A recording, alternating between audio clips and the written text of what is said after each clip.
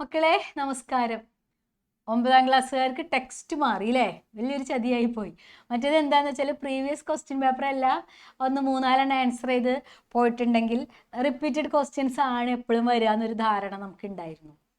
സാരമില്ല, നമുക്ക് maximum questions ഒന്ന് ആൻസർ ചെയ്യാൻ നോക്കാം ഓരോ പാഠങ്ങളിൽ നിന്നും. എന്നിട്ട് നമുക്ക് പരീക്ഷയ്ക്ക് പോവാം കേട്ടോ. മിസ് കുറേ 1 വേർഡും തയ്യാറാക്കിയിട്ടുണ്ട്. അതല്ലാതെ 3 മാർക്കിൻ്റെ 4 മാർക്കിൻ്റെ വലിയ 6 മാർക്കിൻ്റെ എല്ലാ ക്വസ്റ്റ്യൻസും നമുക്കൊന്ന് ഡിസ്കസ് ചെയ്യാം. നോക്കാം. ആദ്യത്തെ ചോദ്യം നോക്കൂ.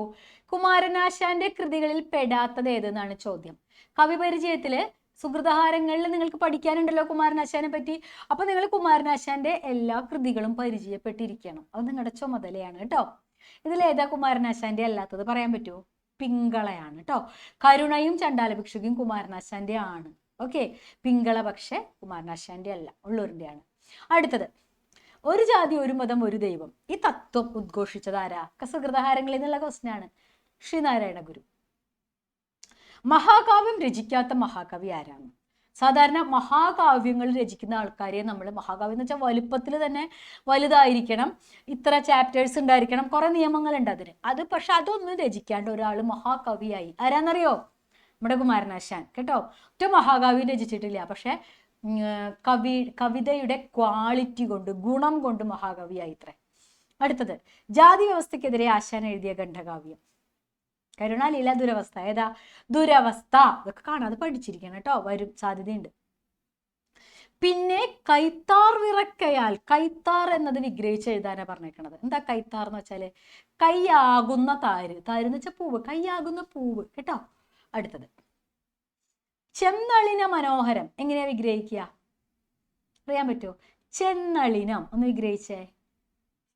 ചുമന്ന താമര. ചെന്നളിനം എന്ന് വെച്ചാൽ ചുമന്ന താമര. അപ്പൊ ചെന്നളിന മനോഹരം എന്ന് വെച്ചാല് ചെന്നളിനം പോലെ മനോഹരം. ചെന്നളിനം മാത്രം വിഗ്രഹിക്കുന്ന എങ്ങനെ വിഗ്രഹിക്കുക? ചുമന്ന നളിനം. ചെന്നളിന മനോഹരം എന്ന് വെച്ചാൽ ചെന്നളിനം പോലെ മനോഹരം, ചുമന്ന താമര പോലെ ഭംഗിയുള്ളതെന്നർത്ഥം. ഓക്കെ. കോമളാംഗി എങ്ങനെയാ വിഗ്രഹിക്കുക? കോമളമായ അംഗങ്ങൾ ഉള്ളവൾ. കോമളാംഗി. അംഗം എന്ന് വെച്ചാൽ അവയവങ്ങൾ, മനോഹരമായ അവയവങ്ങൾ ഉള്ളവൾ എന്നർത്ഥം. അതായത് സുന്ദരി, കോമളമായ അംഗങ്ങൾ ഉള്ളവൾ. ഓക്കെ. അടുത്തത്, അങ്ങ് ജാതി മറന്നുവോ? ജാതി മറന്നതിന് കാരണമായി ചൂണ്ടിക്കാണിക്കുന്നത് എന്താ? ഓർക്കണുണ്ടോ? കവിത ഓർക്കണുണ്ടോ? അല്ലലാലങ്ങ് ജാതി മറന്നുവോ, അല്ലല്ലെന്ത് കഥ ചെയ്തു കഷ്ടമേ, അല്ലലാലങ്ങ് ജാതി മറന്നുവോ. ഭിക്ഷു ജാതി മറക്കാൻ കാരണമായിട്ട് മാതങ്കി പറഞ്ഞത് എന്താ? അദ്ദേഹത്തിന്റെ അല്ലൽ എന്ന് വെച്ചാൽ ദാഹം, ദുഃഖം അല്ലെ. ദാഹം കൊണ്ടുണ്ടായ കഷ്ടപ്പാട്, അതുകൊണ്ടാണ് ജാതി മറന്നു എന്ന് ചോദിക്കുന്നത്. കോപമേലരുതേ, എന്തുകൊണ്ടാ എന്നോട് ദേഷ്യം തോന്നരുതേ എന്ന് പറയാൻ കാരണം എന്താ? വെള്ളം തരാൻ നിവർത്തിയില്ല അല്ലെ. കോപമേലരുതേ പാപമുണ്ടാം ജലം തന്നാലും ഞാനൊരു ചണ്ടാലി, ഞാനൊരു ചണ്ടാല സ്ത്രീയാണ്, അങ്ങേക്കു വെള്ളം തന്നാൽ എനിക്ക് പാപമുണ്ടാകും, അതുകൊണ്ട് വെള്ളം തരാത്തതിന് എന്നോട് കോപം തോന്നരുതേ, വിഷമൊന്നും തോന്നരുതേ അല്ലെ. തന്നെയാണ് അവൾ കല്ലല്ലിരുമ്പല്ല. സൂചന വ്യക്തമാക്കുക. കല്ലല്ല ഇരുമ്പല്ല. എന്താ കല്ലും ഇരുമ്പും അല്ല എന്ന് പറയുന്നത്? ഇവിടെ എന്തിനെയാണ് സൂചിപ്പിക്കുന്നത്? ചണ്ടാല ഭിക്ഷുകിയുടെ കോമളമായ ഹൃദയത്തെ അല്ലെ. ചണ്ടാല ഭിക്ഷുകിക്ക് ആ സ്ത്രീക്ക് മാതങ്കിക്കോട് വെള്ളം ചോദിക്കുകയാണ് ആനന്ദഭിക്ഷു. ആനന്ദഭിക്ഷു വെള്ളം ചോദിക്കുമ്പോൾ ആദ്യം മാതങ്കി വെള്ളം കൊടുക്കുന്നില്ല അല്ലേ. കാരണം എന്താ? അന്നത്തെ ജാതി വ്യവസ്ഥ അങ്ങനെയാണ്. ഉയർന്ന ജാതിക്കാരന് താഴ്ന്ന ജാതിക്കാരി വെള്ളം കൊടുത്താൽ അത് വലിയ പാപത്തിനിടയാകും, വലിയ പ്രശ്നങ്ങൾ ഉണ്ടാക്കും. അതുകൊണ്ട് ഞാൻ വെള്ളം തരുന്നില്ല എന്ന് ആദ്യം പറഞ്ഞു. പക്ഷെ എന്നിട്ടും ഒരു തവണ കൂടി ഭിക്ഷു വെള്ളം ചോദിച്ചപ്പോൾ, ഞാൻ നിന്നോട് ജാതി ചോദിക്കുന്നില്ല, എനിക്ക് കുറച്ച് വെള്ളം തന്നാൽ മതി, എൻ്റെ നാവ് വരണ്ടിരിക്കുന്നു എന്ന് പറഞ്ഞപ്പോൾ അവൾ വെള്ളം കൊടുത്തുപോയി. കാരണം എന്താ? അവൾ കല്ലല്ല ഇരുമ്പല്ല. അവളുടെ ഹൃദയം കരിങ്കല്ലൊന്നുമല്ല. അവളൊരു തന്നെയാണ്, അവളൊരു പാവം പെൺകുട്ടിയാണ് അല്ലേ. ഇത്രയും സുന്ദരനായ ഒരു ഭിക്ഷു വന്നിട്ട് വെള്ളം ചോദിക്കുമ്പോൾ കൊടുക്കാതിരിക്കാൻ തക്ക കഠിന ഹൃദയം ഒന്നും അല്ല നമ്മുടെ മാതങ്കി എന്നാണ് സൂചിപ്പിക്കുന്നത്. അടുത്തത്, സുഹൃതകാരങ്ങൾ എന്ന തലക്കെട്ട് കവിതയ്ക്ക് എത്രമാത്രം യോജിക്കുന്നു? വിശദമാക്കുക. വളരെ ഈസിയാണല്ലോ അല്ലെ, പറഞ്ഞു തന്നിട്ടുണ്ട് ഞാൻ വീഡിയോയില്. സുഹൃതഹാരങ്ങൾ എന്ന് വെച്ചാൽ പുണ്യം കൊണ്ടുള്ള മാല എന്നർത്ഥം. അഥവാ പുണ്യമാകുന്ന മാല എന്നൊക്കെയാണ് അർത്ഥം സുഹൃതഹാരങ്ങൾ എന്ന് വെച്ചാൽ. ഇവിടെ ദാഹിച്ചു വന്ന ആ ആനന്ദ ഭിക്ഷുവിന് ജാതി വ്യവസ്ഥയെ പരിഗണിക്കാതെ ഒരുപക്ഷെ ഉയർന്ന ജാതിക്കാരന് വെള്ളം കൊടുത്താൽ അതുമൂലം സമൂഹത്തിൽ നിന്ന് അവൾക്ക് നേരിടേണ്ടി വരുന്ന ഒരുപാട് പ്രശ്നങ്ങളുണ്ട്. ചിലപ്പോൾ കൊന്നുവരെ കളയും അല്ലേ? അത്രയും വലിയ പ്രശ്നത്തിന് സ്വന്തം ജീവന് പോലും ഭീഷണിയായിരുന്നിട്ടും ആ ഭിക്ഷുവിൻ്റെ ദാഹം പരിഗണിച്ച് ആ ഭിക്ഷുവിനോടുള്ള ദയ കാരണം വെള്ളം കൊടുത്തു മാതങ്കി. അവളുടെ ആ സത്പ്രവൃത്തി അവളുടെ ആത്മാവിൽ അനേകം പുണ്യം കൊടുക്കുന്നുണ്ട് എന്നാണ് കവിതയിൽ പറയുന്നത്. അതുകൊണ്ട് സുഹൃതഹാരങ്ങൾ എന്ന തലക്കെട്ട് തീർച്ചയായും യോജിച്ചിരിക്കുന്നു. ഓക്കെ, മാതങ്കിയുടെ കഥാപാത്ര നിരൂപണം തയ്യാറാക്കുക. അത് വളരെ ഈസിയാണല്ലോ. ഇപ്പൊ പറഞ്ഞാൽ അതുണ്ടല്ലോ അല്ലെ. മാതങ്കി ആരായിരുന്നു? താഴ്ന്ന ജാതിയിൽപ്പെട്ടൊരു സ്ത്രീയായിരുന്നു. സമൂഹത്തിന്റെ വ്യവസ്ഥകളെ വളരെയധികം പേടിച്ചിരുന്നു അല്ലേ? പക്ഷെ എന്നിട്ടും ഒരു ബുദ്ധഭിക്ഷു വന്ന് ചോദിച്ചപ്പോൾ ആദ്യമൊക്കെ എതിർത്തു. പക്ഷെ പിന്നീട് വെള്ളം കൊടുത്തു. വളരെ മൃദുല മനസ്കയായിരുന്ന ഒരു പെൺകുട്ടിയായിരുന്നു, ദയയുള്ളവളായിരുന്നു അല്ലേ എന്നൊക്കെ പറഞ്ഞങ്ങ് എഴുതു തന്നെ. അടുത്തത്, ആനന്ദ ഭിക്ഷുവിന് മാതങ്കി ജലം നൽകുന്നതിൻ്റെ സ്വഭാവോക്തി നിരൂപണം. പ്രധാനപ്പെട്ടതാണെന്ന് ശ്രദ്ധിക്കുക കേട്ടോ. എന്താ ഈ സ്വഭാവോക്തി എന്ന് വെച്ചാൽ അർത്ഥം? സൂക്ഷ്മ സ്വഭാവം വർണ്ണിച്ചാൽ സ്വഭാവോക്തിയാകും. അതായത് ഒരു കാര്യത്തിനെ വളരെ ഡീറ്റെയിൽഡ് ആയിട്ട് ഡിസ്ക്രൈബ് ചെയ്തിട്ടുണ്ടെങ്കിൽ അത് സ്വഭാവോക്തിയാകുന്നു. ആനന്ദ ഭിക്ഷുവിന് മാതങ്കി വെള്ളം നൽകുന്നത് വളരെ സൂക്ഷ്മമായിട്ട് കുമാരനാശാൻ വർണ്ണിച്ചിട്ടുണ്ട്. ഉണ്ടല്ലോ, ഒന്ന് ഓർത്തു നോക്കിയ ആ ഭാഗം ഇല്ലേ? സാരി തലവഴി മൂടിയിട്ടു, മുഖമൊന്ന് ചെരിച്ചു പിടിച്ചു ഇല്ലേ? അവനവനൊന്ന് കുനിഞ്ഞു നിന്നു. എന്നിട്ട് ആ പാളയിൽ നിന്ന് ഭിക്ഷുവിൻ്റെ എങ്ങനത്തെ കയ്യിലേക്കാണ് വെള്ളം പകർന്നത്? ചെന്നളിന മനോഹരം, താമരപ്പൂ പോലെ ഭംഗിയുള്ള കൈ ഇങ്ങനെ കുമ്പിളാക്കി വെച്ചിട്ടുള്ളതിലേക്ക് പാളയിൽ നിന്ന് മാതങ്കി ജലം ഒഴിച്ചു കൊടുത്തു. വളരെ സൂക്ഷ്മമായിട്ട് വർണ്ണിച്ചിരിക്കുന്നു അല്ലേ? സാരി കൊണ്ട് തല മൂടിയ വിധം, മാതങ്കിയുടെ നല്ല കട്ട പിടിച്ചിട്ടുള്ള തലമുടി, മാതങ്കി ആ നിൽക്കുന്ന വിധം, പാളയും കയറും പിടിച്ചിട്ടുള്ള വിധം, ഇതെല്ലാം വളരെ സൂക്ഷ്മമായിട്ട് കവിതയിൽ വർണ്ണിച്ചിട്ടുണ്ട്. അതാണ് അതിൻ്റെ സ്വഭാവോക്തി നിരൂപണം. പറ്റുമെന്നുണ്ടെങ്കിൽ ആ കവിതയിൽ മാതങ്കിനെ വർണ്ണിച്ചിട്ടുള്ള ആ വരികളൊന്നങ്ങോട്ട് പഠിച്ചു വെക്കുക, എന്നിട്ട് അങ്ങോട്ട് എഴുതുക. അതാ ഇങ്ങനെ ഇങ്ങനെ ഇങ്ങനെയൊക്കെ വർണ്ണിച്ചിട്ടുണ്ടെന്ന്. അപ്പോൾ ഫുള്ള് മാർക്ക് കിട്ടും കേട്ടോ. അടുത്തത്, കേരളത്തിൽ നിലനിന്നിരുന്ന ജാതി വ്യവസ്ഥയെക്കുറിച്ചും അത് പരിഷ്കരിക്കാൻ മുന്നിട്ടിറങ്ങിയ സാമൂഹിക പരിഷ്കർത്താക്കളെക്കുറിച്ചും ലഘു ഉപന്യാസം തയ്യാറാക്കുക. മിസ് ഒരു കാര്യം പറഞ്ഞുതരാം.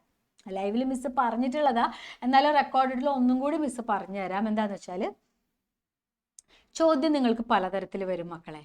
ചിലപ്പോൾ ആശാന്റെയും അംബേദ്കറുടെയും ഒക്കെ സെന്റൻസ് തന്നിട്ടൊക്കെ ആവും ചോദിക്കുക. പക്ഷെ നിങ്ങളൊരു കാര്യം മാത്രം മനസ്സിലാക്കിയാൽ മതി. നിങ്ങൾ എഴുതേണ്ടത് അന്നത്തെ ജാതി വ്യവസ്ഥയെ പറ്റിയിട്ടായിരിക്കും. ജാതി വ്യവസ്ഥയെ പറ്റി എഴുതാൻ പറഞ്ഞിട്ടുണ്ടോ എന്ന് ചോദിക്കുക.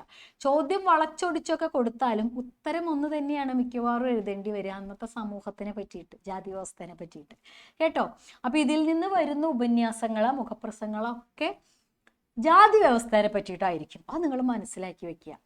അപ്പൊ ചിലപ്പോൾ കടിച്ചാൽ പൊട്ടാത്ത ചില കവിതകളൊക്കെ വേറെ സ്ഥലത്ത് നിന്ന് തരും. എന്നിട്ട് പറയും ഈ കവിതയുടെ അടിസ്ഥാനത്തിൽ നിങ്ങൾക്ക് പഠിക്കാനുള്ള ഈ കവിതയിലത്തെ പ്രധാന ആശയം എന്താന്ന് പറയാൻ പറയും. പേടിക്കൊന്നും വേണ്ട. സുഹൃതഹാരങ്ങളിൽ നിന്നാണ് ഒരു ഉപന്യാസം എഴുതാൻ വന്നിട്ടില്ലെന്ന് വെച്ചാൽ അത് ജാതി വ്യവസ്ഥയെ പറ്റി തന്നെ ആയിരിക്കും കേട്ടോ. കടിച്ചാൽ പൊട്ടാത്ത ചോദ്യങ്ങളൊക്കെ അവർ ചോദിച്ചോട്ടെ, നമ്മൾ എന്ത് മാത്രമേ എഴുതുള്ളൂ, നമ്മൾ ജാതി വ്യവസ്ഥയെ പറ്റി മാത്രമേ ഉപന്യാസം എഴുതൂ എന്നങ്ങ് തീരുമാനിക്കുക. സുഹൃതഹാരങ്ങളിൽ നിന്നാണ് ചോദ്യം വരുന്നതെങ്കിൽ കേട്ടോ. അപ്പോൾ ഇത് ഞാൻ പറഞ്ഞു തന്നിട്ടുണ്ട്, റെക്കോർഡിൽ നല്ലോണം ഉണ്ടായിരുന്നു പാഠത്തിലില്ലേ. ആരൊക്കെയായിരുന്നു ജാതി വ്യവസ്ഥയെ പരിഷ്കരിക്കാൻ വേണ്ടി മുന്നിട്ടിറങ്ങിയിട്ടുള്ളവര്? ഓർക്കണുണ്ടോ പേര്? ഒന്ന് ശ്രീനാരായണ ഗുരു അല്ലേ? ശ്രീനാരായണ ഗുരു എന്തൊക്കെയാ പറഞ്ഞത്? ഒരു ജാതി, ഒരു മതം, ഒരു ദൈവം മനുഷ്യന്, മതം ഏതായാലും മനുഷ്യൻ നന്നായാൽ മതി. അപ്പൊ നിങ്ങൾ ആദ്യം തന്നെ അന്നത്തെ ജാതി വ്യവസ്ഥയെ പറ്റി ഒന്ന് എഴുതി വെക്കണം. അതൊക്കെ വിശദമായിട്ട് ഞാൻ പറഞ്ഞിട്ടുണ്ട്. എന്തായിരുന്നു പണ്ട് കാലത്ത് നമ്മുടെ ജാതി വ്യവസ്ഥ? മേൽജാതിക്കാർ, ഉയർന്ന ജാതിക്കാരെന്നും താഴ്ന്ന ജാതിക്കാരെന്നും രണ്ട് വിഭാഗമായിട്ട് ആളുകളെ വേർതിരിച്ചിരുന്നു അല്ലേ? ഉയർന്ന ജാതിക്കാർക്ക് ഒരുപാട് അവകാശങ്ങൾ ഉണ്ടായിരുന്നു സമൂഹത്തിൽ. താഴ്ന്ന ജാതിക്കാർക്ക് ഒരു അവകാശവും ഉണ്ടായിരുന്നില്ല. സ്വത്ത് മുഴുവൻ ഉയർന്ന ജാതിക്കാരുടെ കയ്യിലായിരുന്നു. താഴ്ന്ന ജാതിക്കാരോ ഉയർന്ന ജാതിക്കാരുടെ കീഴിൽ കഷ്ടപ്പെട്ട് പണിയെടുത്തിരുന്നു. അവർക്ക് വേണ്ടത്ര ഭക്ഷണത്തിന് വേണ്ടത്ര പൈസ പോലും കൂലിയായിട്ട് ലഭിച്ചിരുന്നില്ല. ദാരിദ്ര്യമായിരുന്നു അല്ലെ. ഇനി ഒന്ന് വിദ്യാഭ്യാസം പഠിക്കണം എന്ന് വെച്ചാൽ വിദ്യാഭ്യാസം ചെയ്യാനോ സ്കൂളിൽ പോകാനോ ഒന്നുമുള്ള അവകാശം താഴ്ന്ന ജാതിക്കാർക്കില്ല. ഈശ്വരനെ ഒന്ന് തൊഴാനായിട്ട് അമ്പലങ്ങളിൽ പോവാൻ, അമ്പലത്തിൽ കടക്കാനുള്ള അവകാശം താഴ്ന്ന ജാതിക്കാർക്കില്ല. ഒരു കാലത്ത് ദേഹം മറയുന്ന വിധത്തില് മേൽവസ്ത്രം ധരിക്കാനുള്ള അവകാശം പോലും താഴ്ന്ന ജാതിക്കാർക്കില്ല. മേൽജാതിക്കാരുടെ മുമ്പിൽ തല ഉയർത്തി നിന്ന് സംസാരിക്കാനുള്ള അവകാശം പോലും താഴ്ന്ന ജാതിക്കാർക്ക് ഉണ്ടായിരുന്നില്ല. മേൽജാതിക്കാർ ഒരു വഴിയിലൂടെ വരികയാണെങ്കിൽ, എതിരെ ഒരു താഴ്ന്ന ജാതിക്കാരൻ വരികയാണെങ്കിൽ, താഴ്ന്ന ജാതിക്കാരൻ വഴി മാറി ഏതെങ്കിലും വൃക്ഷത്തിന്റെ മുകളിൽ മറവിൽ ഒളിച്ചു നിൽക്കണം. മേൽജാതിക്കാരൻ പോകുന്നത് പോലെ കാണാൻ പോലുമുള്ള അവകാശമില്ല.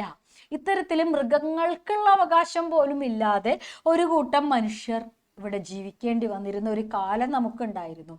അതാണ് അന്നത്തെ ജാതി വ്യവസ്ഥയുടെ കാലം. ഓക്കെ, ഇങ്ങനെ മൃഗങ്ങൾക്കുള്ള അവകാശം പോലും ഇല്ലാതെ ദയനീയമായ ജീവിതം ഒരു കൂട്ടർ നയിച്ചുകൊണ്ടിരുന്നപ്പോൾ അവർക്കുള്ള അവകാശങ്ങൾക്ക് വേണ്ടി പോരാടാൻ, ജാതി വ്യവസ്ഥയെ തുടച്ചു നീക്കാൻ കേരളത്തിലേക്ക് വന്നിട്ടുള്ള സാമൂഹ്യ പരിഷ്കർത്താക്കളിൽ പ്രഥമ ഗണനീയനാണ്, അല്ലെങ്കിൽ ആദ്യത്തെ ആളാണ് ശ്രീനാരായണ ഗുരു. ഒരു സന്യാസിയാണ് മുന്നിട്ടിറങ്ങിയത്. അതുകൊണ്ട് സന്യാസിയോട് ആർക്കും ഒന്നും എതിർത്ത് പറയാൻ സാധിച്ചില്ല. കാരണം നിസ്സാര സന്യാസി ആയിരുന്നില്ല അദ്ദേഹം.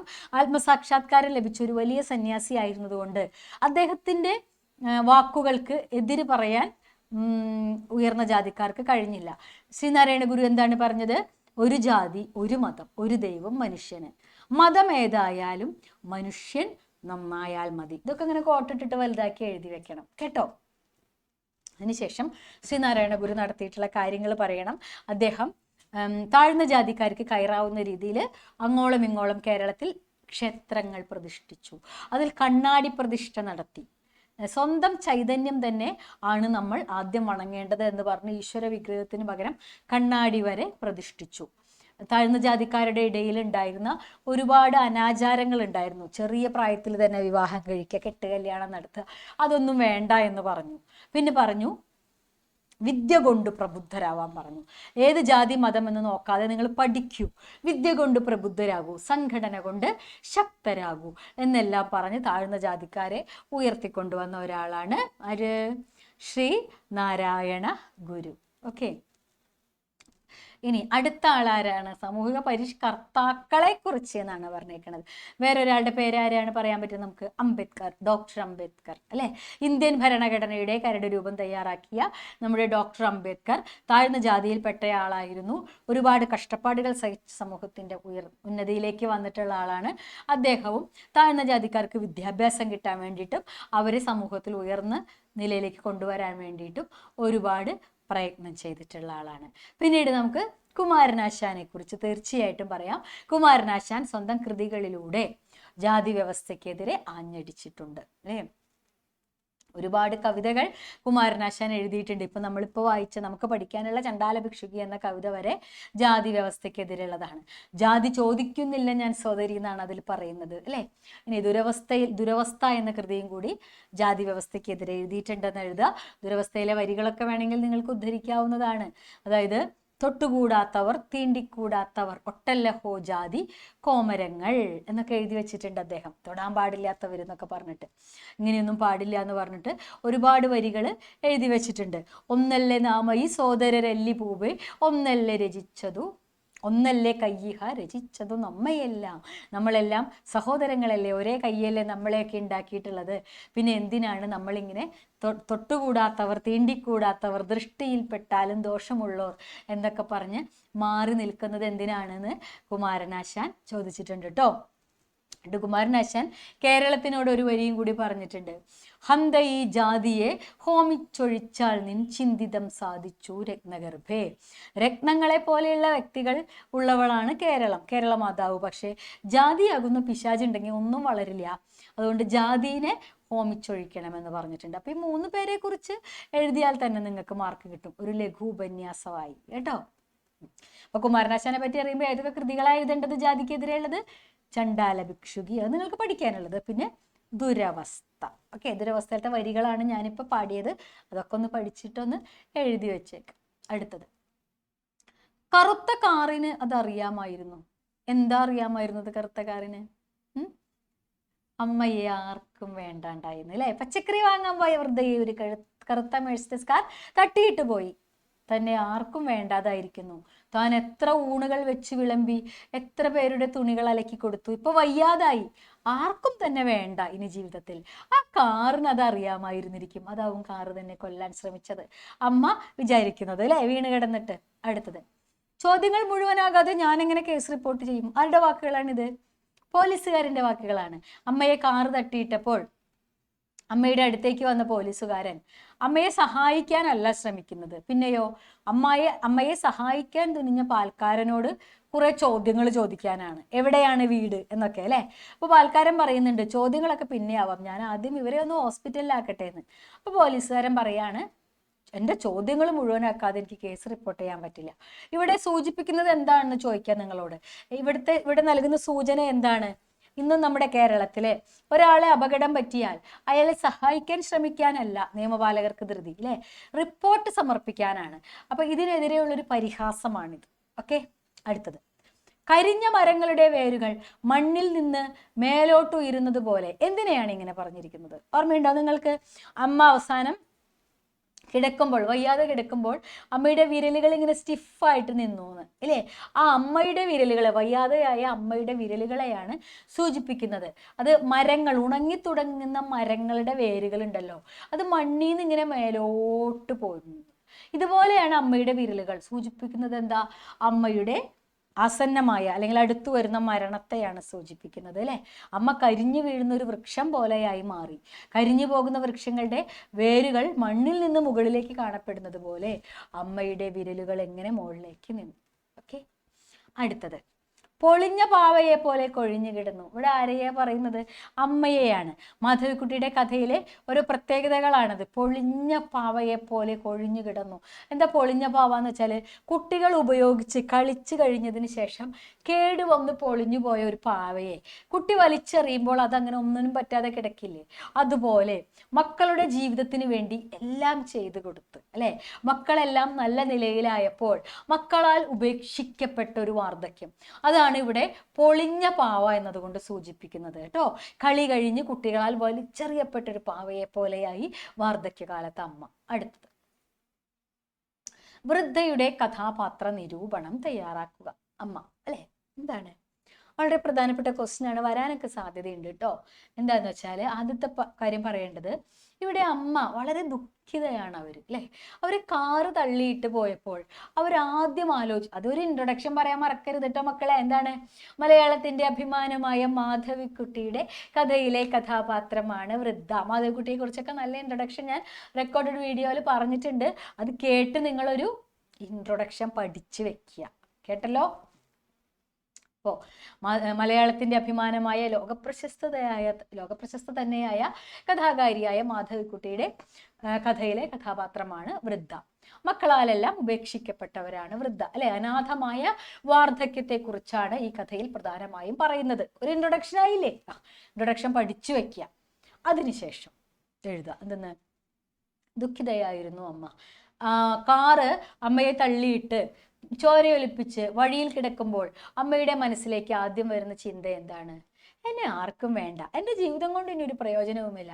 ആ കാറിന് അത് അറിയാമായിരുന്നു, അതുകൊണ്ടായിരിക്കാം കാറ് തന്നെ തള്ളിയിട്ടത് എന്നാണ് അമ്മ മനസ്സിലോർക്കുന്നത്. പക്ഷെ അമ്മയ്ക്ക് ആരെക്കുറിച്ചും ഒരു പരാതിയോ കുറ്റപ്പെടുത്തലോ ഇല്ല. തൻ്റെ അവസ്ഥയെക്കുറിച്ചൊരു വേദന മാത്രമേ ഉള്ളൂ. ഓക്കെ, അതാണ് അമ്മയുടെ ഒരു ക്വാളിറ്റി. ഇനി അമ്മയെ പാൽക്കാരൻ വന്ന് കാറൊക്കെ വിളിച്ച് ആശുപത്രിയിലേക്ക് കൊണ്ടുപോകുന്നുണ്ട് അല്ലെ. ആശുപത്രിയിൽ വെച്ച് മക്കളെ കുറിച്ചൊക്കെ ഡോക്ടർ ചോദിക്കുന്നുണ്ട്. മക്കളെ വിളിപ്പിക്കട്ടെ എന്നൊക്കെ പറയുമ്പോൾ അമ്മ പറയുന്നത് അവരെ ബുദ്ധിമുട്ടിക്കേണ്ടെന്നാണ്, അല്ലാണ്ട് അവരെന്നെ നോക്കുന്നില്ല എന്നുള്ള ഒരു പരാതിയും അമ്മ പറയുന്നില്ല. അമ്മ പറയുന്നത് അവരെ ഒന്നും ബുദ്ധിമുട്ടിക്കേണ്ട, എനിക്കിപ്പോൾ വലിയ കുഴപ്പമൊന്നുമില്ല, ഞാൻ പോയിക്കോളാം എന്നാണ്. അതിനുശേഷം അമ്മയെ വീട്ടിൽ കൊണ്ടാക്കുമ്പോൾ മക്കളുടെ അടുത്താക്കിയിട്ട് പോവാം എന്ന് പറയുന്നുണ്ട് അതിൽ കൊണ്ടാക്കുന്ന ആള് അല്ലെ. പക്ഷെ അമ്മ പറയുന്നത് അപ്പോഴെന്താ? വേണ്ട, അവരെ പേടിപ്പിക്കേണ്ട, അവരെ ബുദ്ധിമുട്ടിക്കേണ്ട, ഞാൻ പൊക്കോളാം. ഒരിക്കലും സ്വന്തം മക്കളെക്കുറിച്ച് ഒരു മോശമായ കാര്യം, അവരുടെ അനാസ്ഥയെക്കുറിച്ച്, അവഗണനയെക്കുറിച്ച് പറയാൻ അമ്മ തയ്യാറാകുന്നില്ല. അമ്മ എല്ലാ ദുഃഖങ്ങളും സ്വന്തം ഉള്ളിൽ ഒതുക്കുകയാണ്. അതേസമയം തൻ്റെ സ്വകാര്യ നിമിഷങ്ങളിൽ വയ്യാതെ വീടിൻ്റെ ഉള്ളിൽ കിടക്കുമ്പോൾ, അയ്യോ പച്ചക്കറി ഇല്ലല്ലോ, വെള്ളവും കൊണ്ടുവച്ചിട്ടില്ലല്ലോ, ഞാനിന്ന് പട്ടിണിയാവും എന്നൊക്കെ ചിന്തിക്കുമ്പോൾ അമ്മയുടെ ഉള്ളിൽ ദുഃഖം വരുന്നുണ്ട് അല്ലേ? അമ്മേ എന്നുള്ള വിളി, ഡോക്ടർ വന്നിട്ട് ഈ വൃദ്ധയെ അമ്മ എന്ന് വിളിക്കുമ്പോൾ, അമ്മ എന്നുള്ള വിളി കേട്ടിട്ട് എത്ര കാലമായി. പണ്ട് തനിക്ക് തലവേദന വന്നപ്പോൾ തൻ്റെ 10 വയസ്സുകാരൻ മകൻ തന്നെ വിളിച്ചതാണെന്ന് ഓർക്കുന്നുണ്ട്. അതായത് അമ്മയിൽ സ്നേഹത്തിന് വേണ്ടി ദാഹിക്കുന്ന ഒരു സ്ത്രീ ഉണ്ട്, മക്കളുടെ പരിഗണന കിട്ടാൻ വളരെയധികം ആഗ്രഹിക്കുന്ന ഒരു സ്ത്രീ ഉണ്ട് എന്ന് നമുക്ക് മനസ്സിലാക്കാം. എത്രയേറെ ഊണുകൾ വെച്ച് വിളമ്പി, എത്രയേറെ തുണികൾ അലക്കി, പക്ഷെ എല്ലാവരും ഇപ്പോൾ എന്നെ ഉപേക്ഷിച്ചു പോയി. പക്ഷികൾ വൃക്ഷത്തെ ഉപേക്ഷിക്കുന്നത് പോലെ, കൂടുപേക്ഷിക്കുന്നത് പോലെ എന്നെ മക്കളെല്ലാം ഉപേക്ഷിച്ചു പോയിരിക്കുന്നു എന്ന് വേദനിക്കുമ്പോഴും അതിലൊരു പരാതി പറയുന്നില്ല, സ്വന്തം അവസ്ഥയിൽ ദുഃഖിക്കുന്നു എന്ന് മാത്രം. അത്തരം ഒരു എല്ലാം ഉള്ളിലേക്ക് ഒതുക്കുന്ന ഒരു കഥാപാത്രമാണ് അമ്മ. ഓക്കെ, അടുത്തത് വൃദ്ധരായ മാതാപിതാക്കളെ അവഗണിക്കുന്നതിനെ കുറിച്ച്, കേരളത്തിലെ സമൂഹത്തിന്റെ ഇന്നത്തെ അവസ്ഥയെക്കുറിച്ച് ലഘുപന്യാസം തയ്യാറാക്കുക. നിങ്ങൾക്ക് സ്വയം തയ്യാറാക്കണം. എന്താ ഇന്നെങ്ങനെയാണ്? ഇന്ന് നമുക്ക് പത്രമൊക്കെ എടുത്ത് നോക്കിയാൽ ഒരുപാട് വാർത്ത കേൾക്കാം ഇല്ലേ? ഗുരുവായൂര്, വേളാങ്കണ്ണി, അങ്ങനെ പ്രധാനപ്പെട്ട തീർത്ഥാടക സ്ഥലങ്ങളിൽ വൃദ്ധരായ മാതാപിതാക്കളെ വലിയ വലിയ കാറുകളിലൊക്കെ കൊണ്ടുവന്ന് ആ നടക്കിൽ അങ്ങോട്ട് ഉപേക്ഷിച്ചിട്ട് മക്കൾ പോകുന്ന വാർത്ത നമ്മൾ ഇന്ന് പത്രങ്ങളിൽ വായിക്കുന്നുണ്ട് കുട്ടികളെ ഇല്ലേ?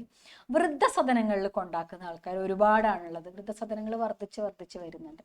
ഇതൊന്നും കൂടാതെ പത്രങ്ങളിലെ ഇടയ്ക്ക് വാർത്ത കാണാം, വൃദ്ധരായ മാതാപിതാക്കളെ എന്താ പറയാ, ശബ്ദമൊക്കെ കേട്ടിട്ട് അല്ലെങ്കിൽ അയലക്കാരൊക്കെ പറഞ്ഞറിഞ്ഞ് ഒരുപാട് പേരൊക്കെ കൂട്ടം കൂടി ചെന്ന് നോക്കുമ്പോൾ മാതാപിതാക്കൾക്ക് ഭക്ഷണവും ഒന്നും കൊടുക്കാതെ അവരെ പലപ്പോഴും തൊഴുത്തിലൊക്കെ ഇട്ട് പൂട്ടി വെച്ചേക്കുന്ന അവസ്ഥ, അല്ലെങ്കിൽ ഒരു മുറിയിൽ അടച്ചിട്ടേക്കുന്ന അവസ്ഥ.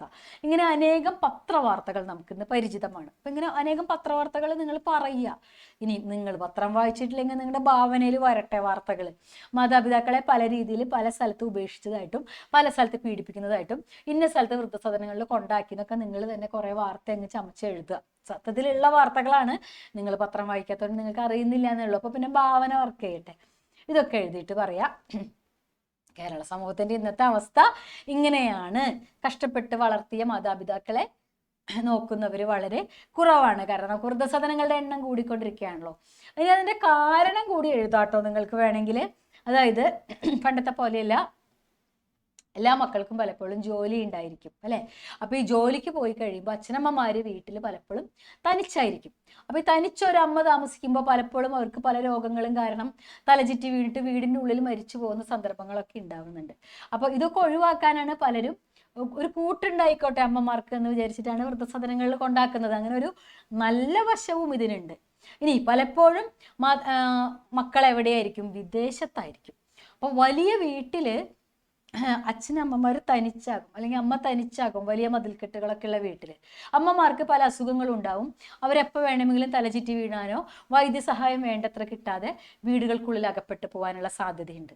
അപ്പോൾ പരിചയമില്ലാത്ത ഹോം നേഴ്സിന്റെ കൂടെയൊക്കെ അമ്മമാരെ തനിച്ചാക്കി പോകുമ്പോൾ പലപ്പോഴും അത് അമ്മമാരുടെ ജീവൻ അപകടമാവാറുണ്ട്. ഹോം നേഴ്സുമാർ കൊന്നു എന്നുള്ള വാർത്തയൊക്കെ നമ്മൾ പത്രത്തിൽ വായിക്കാറുണ്ട്. ഇത്തരം അവസ്ഥകൾ ഒഴിവാക്കാനും കൂടിയാണ് പലപ്പോഴും വൃദ്ധസദനങ്ങളിൽ കൊണ്ടുവന്നാക്കുന്നത് അച്ഛനമ്മമാരെ. കാരണം അവിടെ സമപ്രായത്തിലുള്ള മറ്റു വൃദ്ധരുണ്ടാവും, അമ്മമാർക്ക് സമയം പോകും. പലപ്പോഴും വൃദ്ധസദനങ്ങൾ ഫ്രീ ഒന്നും അല്ല, നല്ല പെയ്ഡ് ആയിട്ടുള്ള വൃദ്ധസദനങ്ങളുണ്ട്. ലക്ഷക്കണക്കിന് രൂപ ഡൊണേഷൻ കൊടുക്കേണ്ടി വരുന്ന വൃദ്ധസദനങ്ങൾ വരെയുണ്ട് നമുക്ക്. അങ്ങനത്തെ എടുത്ത് കൊണ്ടാക്കുമ്പോൾ നമുക്ക് പലപ്പോഴും മക്കളെ അതിൽ കുറ്റം പറയാൻ പറ്റില്ല. കാരണം ഈ വിദേശങ്ങളിൽ കഴിയുന്ന മക്കളുടെ കൂടെ ചെല്ലാൻ വിളിച്ചാൽ പലപ്പോഴും വിദേശങ്ങളിലുള്ള താമസവും അവിടുത്തെ ക്ലൈമറ്റ് ഒന്നും അച്ഛനമ്മമാർക്ക് അത്ര പിടിക്കില്ല. അപ്പൊ ഇങ്ങനെ രണ്ട് വശങ്ങളുണ്ട് കേട്ടോ. നമ്മളെപ്പോഴും മക്കളെ കുറ്റപ്പെടുത്തി മക്കൾ കൊള്ളൂല അങ്ങനെ പറഞ്ഞ് മാത്രം എഴുതരുത്. കേരളത്തിന്റെ സമൂഹത്തിൽ ഇങ്ങനെ ഒരു അവസ്ഥയുണ്ട്. പലപ്പോഴും വിദേശങ്ങളിൽ ജോലിക്ക് പോകേണ്ട മക്കൾ, അവരുടെ അവസ്ഥയും കൂടി നമ്മളൊന്ന് പരിഗണിക്കണം കേട്ടോ. അപ്പോൾ നല്ല ഉദ്ദേശത്തോടു കൂടി മാതാപിതാക്കളെ കൊണ്ടാക്കുന്ന സന്ദർഭങ്ങളും നമുക്കുണ്ട്. അതേസമയം കണ്ണിൽ ചോരയില്ലാണ്ട് പല സ്ഥലത്തും കൊണ്ട് ഉപേക്ഷിച്ചിട്ട് പോകുന്ന അവസ്ഥകൾ നമുക്കുണ്ട്. അപ്പൊ എല്ലാം കൂടി പരിഗണിച്ച് ലഘുപന്യാസം എഴുതിയേക്കാം. വിഗ്രഹിക്കുക. ഈശ്വരാനുഗ്രഹം. എന്താ എങ്ങനെ വിഗ്രഹിക്കുക? ഈശ്വരന്റെ അനുഗ്രഹം. രസപ്രദം. രസം പ്രദാനം ചെയ്യുന്നത്, പ്രദാനം എന്ന് വെച്ചാൽ കൊടുക്കുക. രസം പ്രദാനം ചെയ്യുന്നത് രസം. രസം എന്ന് വെച്ചാൽ നമ്മൾ കഴിക്കണ ചോറിന്റെ കറി രസമല്ല കേട്ടോ. നമ്മുടെ മനസ്സിന് പല പല രസങ്ങൾ കിട്ടും ഓരോന്ന് വായിക്കുമ്പോൾ. ഇന്ന കഥ രസപ്രദമാണെന്ന് വെച്ചാൽ എന്താ അർത്ഥം? ആ കഥ നമുക്ക് രസത്തെ പ്രദാനം ചെയ്തു. അപ്പൊ രസത്തെ പ്രദാനം ചെയ്യുന്നത് രസപ്രദം. നേരിയ മന്ദഹാസത്തോടെ ഒരു യോഗിയെ പോലെ വിലസുന്നു. ആരെ കുറിച്ച് അവിടെ സൂചന? പാത്തുമ്മയുടെ ആട് ഒരു സത്യമായ കഥയിൽ ആരാ നേരിയ മന്ദഹാസത്തോടു കൂടി വിലസുന്നത്? ബഷീർ. ബഷീറിനെ കുറിച്ചാണ് ഇവിടെ സൂചന അല്ലെ. ഇനി ഒന്നത് വിശദീകരിക്കാൻ പറഞ്ഞിട്ട് ചിലപ്പോൾ 4 മാർക്കിന്റെ ചോദ്യമൊക്കെ ആയിട്ട് ചോദിക്കും. എന്തെന്നാ? ബഷീർ ഇന്ത്യ മുഴുവനും അലഞ്ഞു തിരിഞ്ഞതിന് ശേഷം കുറച്ച് സ്വാസ്ഥ്യത്തിനും മനസമാധാനത്തിനും വേണ്ടി സ്വന്തം വീട്ടിലെത്തിയതാ അല്ലെ. അപ്പൊ സ്വന്തം വീട്ടിലെ അവസ്ഥ എങ്ങനെയാ? അനുജത്തിമാര്, അനുജന്മാര്, അവരുടെ ഭാര്യമാര്, ഭർത്താക്കന്മാര്, അവരുടെ കുട്ടികള്, ഉമ്മ, ഇങ്ങനെയൊക്കെ ആയിട്ട് 10-20 മനുഷ്യന്മാര് തന്നെ അവിടെ വേറെ ഉണ്ട് ബഷീറിനെ കൂടാതെ. അതുകൂടാതെ ഉമ്മ വളർത്തുന്ന കോഴികള്, അനേകം കോഴിക്കുഞ്ഞുങ്ങളെ റാഞ്ചാൻ വരുന്ന പരുന്തുകള്, പട്ടികള്, പിന്നെന്താ ആട്, ഇങ്ങനെ വേണ്ട ഒരു വലിയ സാമ്രാജ്യമാണ് ഉള്ളത്. ഇനി വീടിന് അതിന് മാത്രമുള്ള വലുപ്പമുണ്ടോ? 2 മുറിയും 1 വരാന്തി അടുക്കളയും ചേർന്ന വീടായി. ഈ കുഞ്ഞു വീട്ടിൽ, ഓലമേഞ്ഞ വീട്ടിലാണ് ഈ പക്ഷി മൃഗാദികളും പൂച്ചകളും എല്ലാം തിങ്ങി നിറഞ്ഞ് ജീവിക്കുന്നത്. അവരുണ്ടാക്കുന്ന ബഹളമുണ്ട്. ഈ ബഹളത്തിന്റെ നടുവിൽ ഒരു യോഗിയെ പോലെ നേരിയ മന്ദഹാസത്തോടെ ബഷീർ വിലസി. യോഗി എന്ന് വെച്ചാൽ ചുറ്റുപാടുമുള്ള ബഹളങ്ങളെന്നും സ്വന്തം സ്വാസ്ഥ്യത്തെ ബാധിക്കാത്തവൻ എന്നർത്ഥം. ഇത്രയും ബഹളങ്ങൾ ഉണ്ടായിട്ടും അതൊന്നും സ്വന്തം സ്വസ്ഥതയെ കെടുത്താൻ സമ്മതിക്കാത്ത വിധത്തിൽ ചെറിയൊരു ചിരിയോടുകൂടി ഇതിന്റെ നടുവിൽ ബഷീർ ഇരുന്നു എന്നാണ് സൂചന. ഓക്കെ, അടുത്തത് പാത്തുമ്മയുടെ ആട് ഒരു സത്യമായ കഥ എന്ന ലേഖനത്തിന് ഒരു ആസ്വാദനക്കുറിപ്പ് തയ്യാറാക്കിയേക്ക് കേട്ടോ. പാത്തുമ്മയുടെ ആട് ബഷീറിന്റെ എക്കാലത്തെയും മികച്ച നോവലാണ് അല്ലെ. ആ നോവലിനെ കുറിച്ചുള്ള ഒരു ലേഖനമാണ് പാത്തുമ്മയുടെ ആട് സത്യമായ കഥ എന്നുള്ളത്. ഈ ലേഖനവും പാത്തുമ്മയുടെ ആട് എന്ന നോവലിനെ പോലെ തന്നെ മനോഹരമാണ്. ഇതാണ് ഇൻട്രൊഡക്ഷൻ കിട്ടിയല്ലോ. പാത്തുമ്മയുടെ ആട് എന്നുള്ളത് ഒരു നോവലാണ്. അത് മലയാളത്തിലെ ഏറ്റവും മികച്ച നോവലാണ്. ഈ നോവലിനെ പറ്റിയുള്ള ലേഖനമാണ് നമുക്ക് പഠിക്കാനുള്ളത്. പാത്തുമ്മയുടെ ആട് സത്യമായ കഥ എന്നുള്ളത്. ഈ ലേഖനം എന്താണെന്ന് പറയണം? ഈ നോവലിനെ പോലെ തന്നെ വളരെ മനോഹരമാണ് എന്ന് പറയണം. ഇതാണ് ഇൻട്രൊഡക്ഷൻ. ഇനി എന്താ പറയുക, ആസ്വാദനക്കുറിപ്പ് വളരെ എളുപ്പമാണ് അല്ലേ.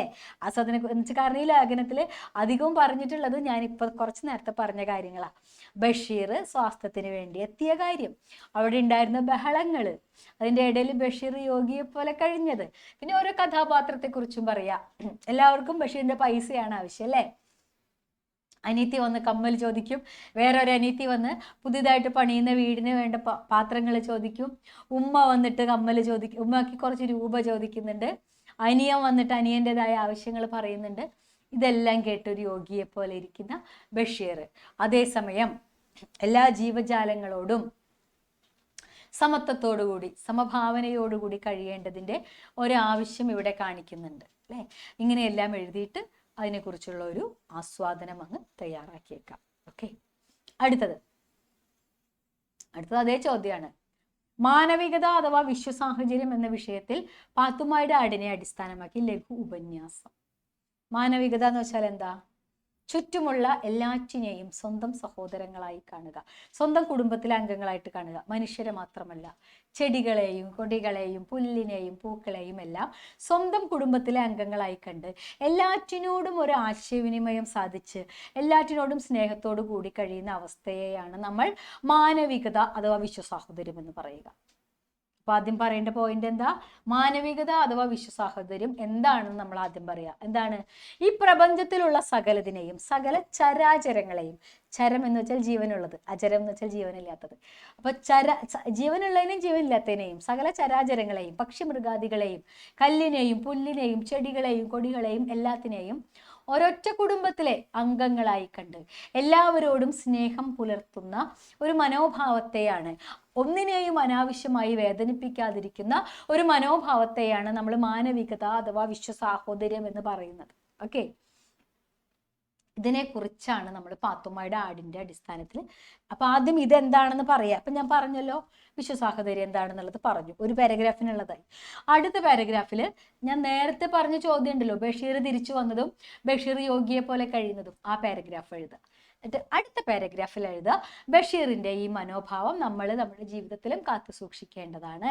നമ്മൾ മനുഷ്യരെ മാത്രമല്ല ചുറ്റുപാടുമുള്ള എല്ലാത്തിനെയും, അല്ലെ, ആടിനെയും കോഴിയെയും പൂച്ചയെയും സർപ്പത്തെയും എല്ലാം ബഷീർ കാണുന്നത് പോലെ തന്നെ നമ്മുടെ കുടുംബത്തിലെ അംഗങ്ങളായിട്ട് കണ്ട് എല്ലാറ്റിനോടും ഒരു സമഭാവന പുലർത്തി ഒന്നിനെയും ദ്രോഹിക്കാതെ കഴിയേണ്ടതാണ് എന്നുള്ള പാരഗ്രാഫ് എഴുതുക. 3 പാരഗ്രാഫ്. ഓക്കെ, അടുത്തത്. ആന എത്ര മനുഷ്യമുഖങ്ങളാണ് ഓർമ്മിച്ചു വെക്കാറുള്ളത്? സൂചന വ്യക്തമാക്കുക. ഇതെപ്പോഴാ പറയണത്? കാലിൽ പരുക്കുപറ്റിയ ഒരു കുട്ടിയാന, അല്ലെ, അനേകം കിലോമീറ്ററുകൾ താണ്ടി ഡോക്ടറെ കാണാനായി ഡോക്ടറുടെ താമസ സ്ഥലത്തെത്തുന്നു. ഇരുട്ടിൽ ആ ആനക്കുട്ടിയുടെ അടുത്തുപോയി ആനക്കുട്ടിയെ ശുശ്രൂഷിച്ച ശേഷം ഡോക്ടർ ജയമോഹനോട് പറയുകയാണ്, എന്തെന്ന്, ഈ ആനക്കുട്ടിയെ നിനക്ക് ഓർമ്മയുണ്ടോ? ഇതിൻ്റെ അമ്മ പണ്ടൊരിക്കൽ കാലിൽ മുറിവുമായി എന്നെ തേടി വന്നത് നീ ഓർക്കുന്നുണ്ടോന്ന്. അപ്പൊ ജയമോഹൻ ഡോക്ടറോട് പറയുകയാണ്, ഓ, വർഷങ്ങൾക്ക് മുമ്പ് നമ്മളൊരു അമ്മയാനയെ ചികിത്സിച്ചത്, ആ അമ്മയാനയുടെ കുട്ടിയാണിത്, അല്ലേ? പക്ഷേ ഇത്രയും വർഷങ്ങൾക്ക് ശേഷം തൻ്റെ കുട്ടിക്കൊരു പരിക്ക് പറ്റിയപ്പോൾ എത്രയോ കിലോമീറ്ററുകൾ താണ്ടി ഡോക്ടറെ കാണാൻ ആ അമ്മയാന തൻ്റെ കുട്ടിയാനയെയും കൊണ്ടുവന്നു. അത്രയ്ക്ക് ഓർമ്മയുണ്ടോ ആനയ്ക്ക് എന്നാണ് ചോദിക്കുന്നത്, അല്ലേ? അപ്പോഴാണ് ഡോക്ടർ പറയുന്നത്, ആനയുടെ ഓർമ്മയോ, അല്ലെ, ആന എത്ര മനുഷ്യമുഖങ്ങളെയാണ് ഓർമ്മിച്ചു വെക്കുന്നത് നിനക്കറിയാമോ? അപ്പൊ ജയമോഹൻ ഡോക്ടറോട് ചോദിക്കുന്നുണ്ട്, ഡോക്ടർക്ക് എങ്ങനെ ഈ ആനയെ തിരിച്ചറിയാൻ പറ്റി? അന്ന് വന്ന ആനയുടെ മുഖം ഡോക്ടർക്ക് ഓർമ്മയുണ്ടോ? അതൊരു അതിശയമല്ലേ, ആനയൊക്കെ കണ്ട ഒരുപോലെയല്ലേ ഇരിക്കുക, അല്ലെ? ആനയുടെ മുഖം ഡോക്ടർക്ക് എങ്ങനെ ഓർമ്മ വെക്കാൻ പറ്റി എന്ന് ചോദിച്ചപ്പോൾ മറുപടിയായിട്ട് ഡോക്ടർ പറയാണ്, അപ്പൊ ആനയോ, ആന എത്ര മനുഷ്യമുഖങ്ങളെയാണ് ഓർമ്മിച്ചു വെക്കുന്നത്. ഓർക്കുണ്ടല്ലോ? സൂചന ഇവിടെ എന്താ? മൃഗങ്ങളുടെ അശക്തി, അല്ലെ, ഓർമ്മിച്ചു വെക്കാനുള്ള ആ ശക്തിയും അവയുടെ സഹജമായ കഴിവും. ഓക്കെ, അവ ജീവിക്കുന്നത് കൂടുതൽ വലിയ ലോകത്താണ്. ഡോക്ടർ ഇങ്ങനെ പറയാനിടയായ സാഹചര്യം ഇതിനോട് സാമ്യമുള്ള സാഹചര്യം തന്നെയാണ്, അല്ലെ? മുതുമലയിൽ നിന്ന് ഇത്രയേറെ കിലോമീറ്ററുകൾ താണ്ടി കാലിലെ മുറിവും വെച്ച് ഈ കുട്ടിയാന എങ്ങനെ ഇവിടെ നടന്നെത്തി എന്നുള്ള ഡോക്ടറുടെ ചോദ്യത്തിന് ഉത്തരമായിട്ടാണ്, ജയമോഹന്റെ ചോദ്യത്തിന് ഉത്തരമായിട്ടാണ് ഡോക്ടർ പറയുന്നത്, ആന ജീവിക്കുന്നത് നമ്മളെപ്പോലെയല്ല, കൂടുതൽ വലിയ ലോകത്താണ്. അവർക്ക് ഇത്തരം ദൂരമെല്ലാം താണ്ടാൻ സാധിക്കും. ദേവദുന്ദുബികൾ മുഴങ്ങി, പെരുമ്പറകൾ ഗർജിച്ചു. കറുത്ത ആകാശത്ത് ആനമുഖമുള്ള കറുത്ത ദേവഗണങ്ങളുടെ മുഖങ്ങൾ തെളിഞ്ഞു. സൂചന എന്താണ്? എന്താ സൂചന മക്കളെ? ഓർമ്മയില്ലേ ഈ സന്ദർഭം? ആനക്കുട്ടിയെ ചികിത്സിച്ചതിന് ശേഷം, അല്ലെ, ചികിത്സിച്ച് സുഖപ്പെടുത്തിയതിന് ശേഷം ഡോക്ടറും ജയമോഹനും അവരുടെ വീട്ടിലേക്ക് തിരിഞ്ഞു കടക്കാൻ ശ്രമിക്കുമ്പോൾ ആകാശത്ത് കാർമേഘങ്ങൾ ഇരുണ്ട് ഇടിവെട്ടി. അതാണ് സൂചന സത്യത്തിൽ, അല്ലെ? ആകാശത്ത് കാർമേഘങ്ങൾ ഇരുണ്ട് ഇടിവെട്ടി. അതേസമയം എല്ലാ ആനക്കൂട്ടങ്ങളും കൂടി നിന്ന് തുമ്പിക്കൈ ഉയർത്തി ചിഹ്നം വിളിച്ച് ഡോക്ടർക്ക് നന്ദി പറഞ്ഞു. ഇതാണ് അവിടെ സൂചിപ്പിക്കുന്നത്. ആകാശത്ത് കറുത്ത ദേവഗണങ്ങളുടെ ആനമുഖങ്ങൾ തെളിഞ്ഞു എന്ന് പറയുമ്പോൾ പ്രകൃതി കൂടി നന്ദി പറഞ്ഞു എന്ന് സൂചിപ്പിക്കുന്നു, അല്ലെ? ഈ കുട്ടിയെ ചികിത്സിച്ചതിന് ആകാശത്ത് ആനമുഖത്തിൽ മേഘങ്ങൾ തെളിഞ്ഞു എന്ന് വെച്ചാൽ പ്രകൃതി നന്ദി പറയുകയാണ്. അതേസമയം എല്ലാ ആനകളും കൂട്ടം കൂടി നിന്ന് തുമ്പിക്കൈകൾ ഉയർത്തി ഡോക്ടർക്ക് നന്ദി പറയുന്നുണ്ട്. അപ്പോൾ പ്രകൃതിയും ജീവജാലങ്ങളും ഡോക്ടർക്ക് കൊടുക്കുന്ന നന്ദിയാണ് അവിടെ സൂചിപ്പിക്കുന്നത് കേട്ടോ. അടുത്തത് കഥാപാത്ര നിരൂപണം. ഡോക്ടർ കെയെ കുറിച്ചുള്ള കഥാപാത്ര നിരൂപണത്തിൽ നമുക്ക് ആദ്യമായിട്ട് എന്ത് പറയാം? അദ്ദേഹം സ്വന്തം തൊഴിലിനെ അദ്ദേഹം കണ്ടിരുന്നത് ഒരു ഈശ്വരാർപ്പണമായിട്ടായിരുന്നു, അല്ലേ? കാരണം അത്രയേറെ ഒരു ഭക്തൻ ഭഗവാന് പൂജ ചെയ്യുന്ന അത്രയേറെ ശ്രദ്ധയോടുകൂടിയാണ് അദ്ദേഹം തൻ്റെ തൊഴിൽ ചെയ്തിരുന്നത്. വന്യമൃഗങ്ങളെ അദ്ദേഹം സംരക്ഷിച്ചിരുന്നത്. അത്രയ്ക്ക് ആത്മാർത്ഥതയുള്ള ഒരു ഡോക്ടറായിരുന്നു. ഒരിക്കലും പണത്തിനു വേണ്ടി വൈദ്യവൃത്തി സ്വീകരിച്ച ഒരാളായിരുന്നില്ല ഡോക്ടർ കെ. അത് നമുക്ക് ഈ കഥയിൽ ഉടനീളം കാണാൻ സാധിക്കും. ഇനി ഏത് പാതിരാത്രിയിലാണ് ഇദ്ദേഹം പുറത്ത് ശബ്ദം കേൾക്കുന്നത്. ശബ്ദം കേട്ട ഉടനെ എഴുന്നേൽക്കുമ്പോൾ ഇദ്ദേഹം മണം കൊണ്ട് തിരിച്ചറിയുന്നുണ്ട് ആനകൾ വന്നിട്ടുണ്ട് എന്ന്. അതായത് മൃഗങ്ങളുമായി അത്രയ്ക്ക് അടുത്ത ആത്മബന്ധം ഇദ്ദേഹത്തിന് ഉണ്ടായിരുന്നു. ഒരിക്കലും അത് ഒരു ജീവിതോപാധി, അതായത് മൃഗങ്ങളെ ചികിത്സിച്ച് പൈസ ഉണ്ടാക്കി എങ്ങനെയെങ്കിലും ജീവിക്കുക എന്നതായിരുന്നില്ല അദ്ദേഹത്തിൻ്റെ ലക്ഷ്യം. ഇന്നത്തെ വൈദ്യന്മാരുടെ പോലെ, ഇന്നത്തെ ഡോക്ടർമാരുടെ പോലെ വൈദ്യവൃത്തിയെ ഒരു ഉപജീവന മാർഗമായി മാത്രമല്ല അദ്ദേഹം കണ്ടിരുന്നത്.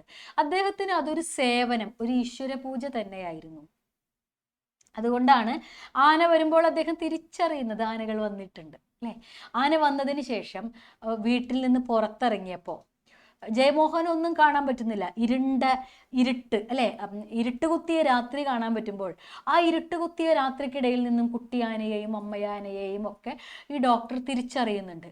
കുട്ടിയാനയെ കണ്ട മാത്രയിൽ തന്നെ എന്താണ് അസുഖമെന്ന് അദ്ദേഹം പോവുകയും കുട്ടിയാനയുടെ തുമ്പിക്കൈയിലൊക്കെ തലയോടി നിൽക്കുമ്പോൾ കാലിനാണ് മുറിവ് പറ്റിയിരിക്കുന്നതെന്ന് അദ്ദേഹത്തിന്റെ ആ ജ്ഞാനചക്ഷുസ് എന്ന് പറയും, അതായത് ജ്ഞാനക്കണ്ണുകൊണ്ട്, ഒരു വൈദ്യനിൽ ഉണർന്നിരിക്കുന്ന സഹജബോധം, ഇൻഡ്യൂഷൻ, അതുകൊണ്ട് തിരിച്ചറിയുന്നുണ്ട്. അതിനുശേഷം അദ്ദേഹം പറയുന്നത് എന്താണ്?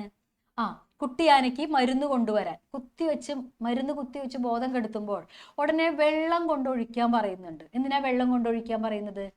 കുട്ടിയാനയാണ്, ചെവിയുടെ ആട്ടം നിന്നു. ചെവിയുടെ ആട്ടം നിന്നാൽ ആനയുടെ ശരീരത്തിന്റെ ഊഷ്മാവ് ഉയരും അല്ലെ. ചെവി ആട്ടിയിട്ടാണ്, മുറം പോലെയുള്ള ചെവി ആട്ടിയിട്ടാണ് ആനയുടെ ശരീരത്തിന്റെ ആ താപനില അങ്ങനെ റെഗുലേറ്റ് ചെയ്ത് നിർത്തുന്നത്.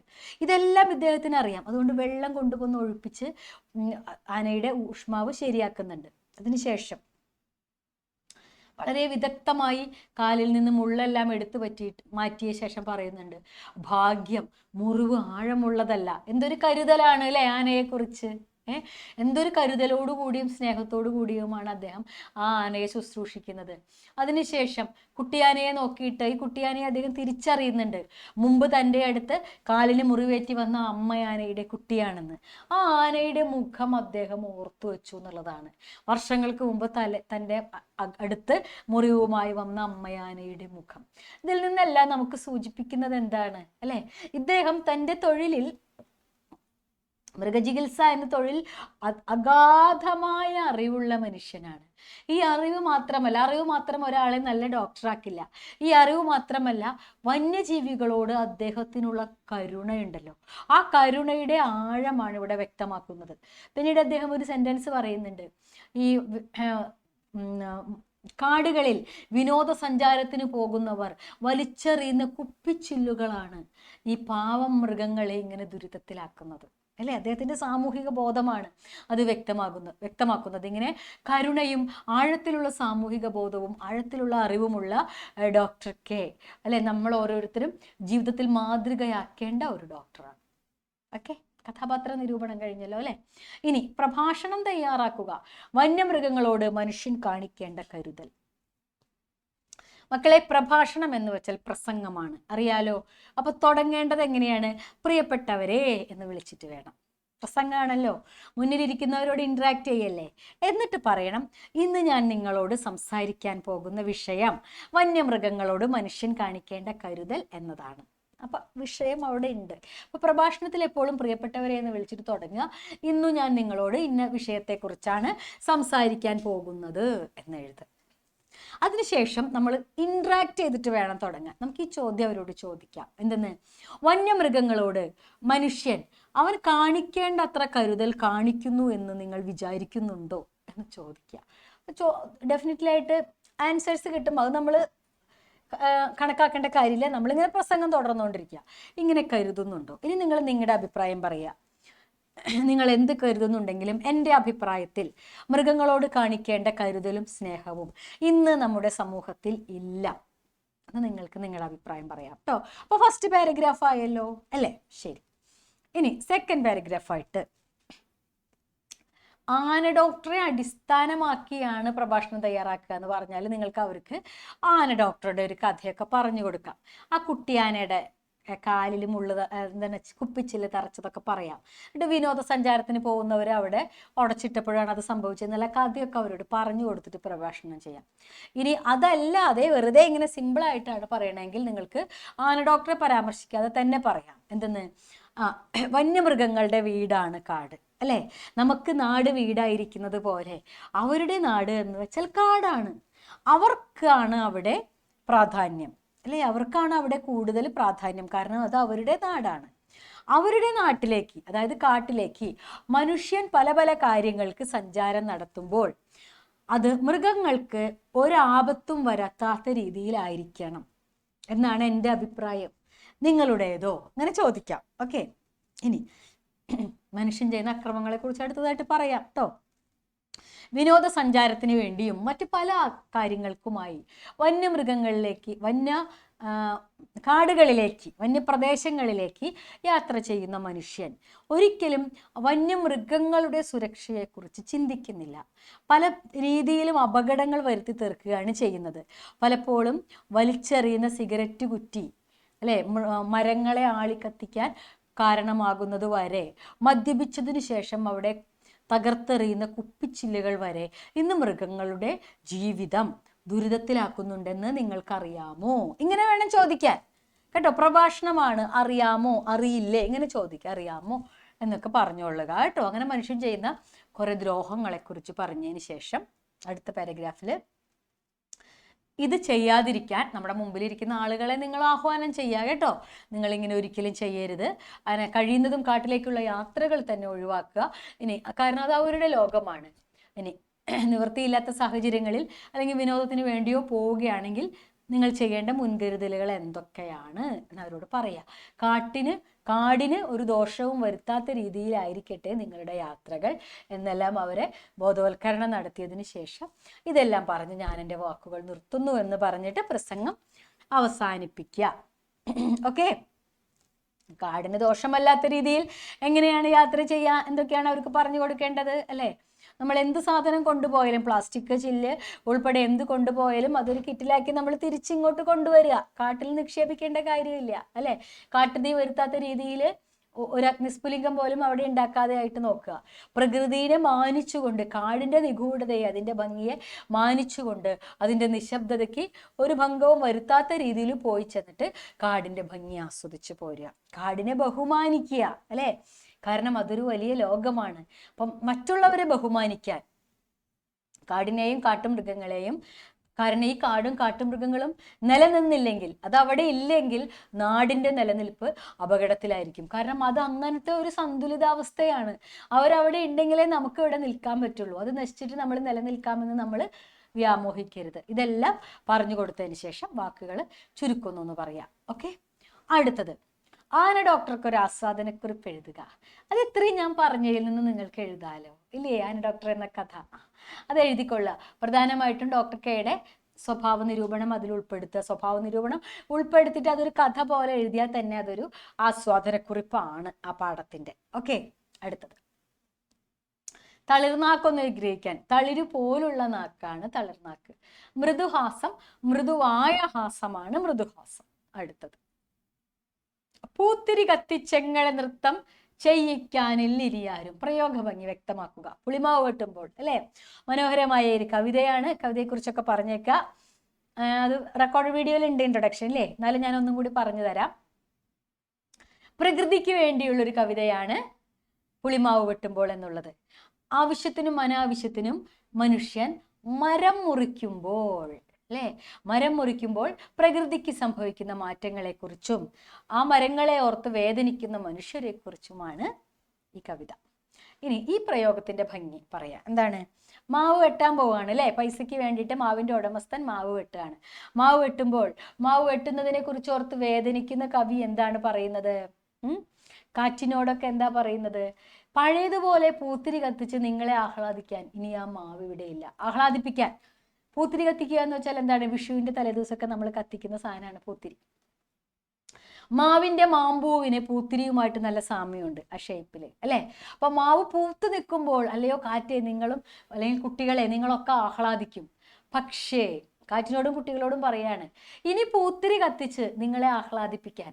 മാമ്പൂ കാണുമ്പോൾ ആഹ്ലാദിക്കും അല്ലെ, വരാനിരിക്കുന്ന മാമ്പഴക്കാലം ഓർത്ത് നമ്മൾ ആഹ്ലാദിക്കും. ഇനി വരാനിരിക്കുന്ന മാമ്പഴക്കാലം കാണിച്ചു തന്നും പൂത്തിരി കത്തിച്ചതുപോലെ മാമ്പൂ വിടർത്തിയും നിങ്ങളെ ആഹ്ലാദിപ്പിക്കാൻ ഇവിടെ മാവില്ല. അപ്പൊ മാവ് വെട്ടിക്കഴിഞ്ഞു. മാവ് വെട്ടുമ്പോൾ ഒരു തലമുറയ്ക്ക് സംഭവിക്കുന്ന നഷ്ടത്തെ എത്ര ഭംഗിയായിട്ടാണ് ആ വരികളിലൂടെ സൂചിപ്പിച്ചിരിക്കുന്നത് അല്ലെ. നിങ്ങൾക്ക് വേണ്ടി പൂത്തിരി കത്തിച്ചു തരാൻ ഇനി ആരുമില്ല എന്ന് പറയുന്നതിലൂടെ തന്നെ ഇനി രുചിക്കാൻ നിനക്കൊരു മാമ്പഴക്കാലം കിട്ടാനില്ല, ആ ആഹ്ലാദം കിട്ടാനില്ല എന്ന് പറഞ്ഞിരിക്കുന്നു. ഓക്കെ, നമുക്ക് കരയാൻ അവകാശം. ആശയം വ്യക്തമാക്കുക. മാവ് മുറിക്കുമ്പോൾ അല്ലെ, മാവിന്റെ ഉടമസ്ഥൻ പൈസയ്ക്ക് വേണ്ടി മാവ് മുറിക്കുമ്പോൾ കവി ദുഃഖിക്കുകയാണ് അല്ലെ. കാരണം കവിയുടെ കുടിൽ മാവിനോട് ചേർന്ന് പാടത്തിൻ കരയിലാണ് കവിയുടെ കുടിൽ. കവിക്ക് മാവുമായിട്ട് അഭേദ്യമായ ബന്ധമുണ്ട്. പക്ഷേ കവിക്കുള്ളത് വൈകാരികമായ അടുപ്പം മാത്രമാണ്, അവകാശമില്ല. അവകാശം ആർക്കാണ്? അതിൻ്റെ ഉടമസ്ഥനാണ്. അപ്പൊ മാവിനെ മുറിച്ചു നീക്കുമ്പോൾ മാവിനെ മുറിക്കാനുള്ള അവകാശവും മുറിച്ച് പണമാക്കാനുള്ള അവകാശവും അതിൻ്റെ ഉടമസ്ഥനാണ്. എനിക്ക് എന്തിനുള്ള അവകാശമേ ഉള്ളൂ?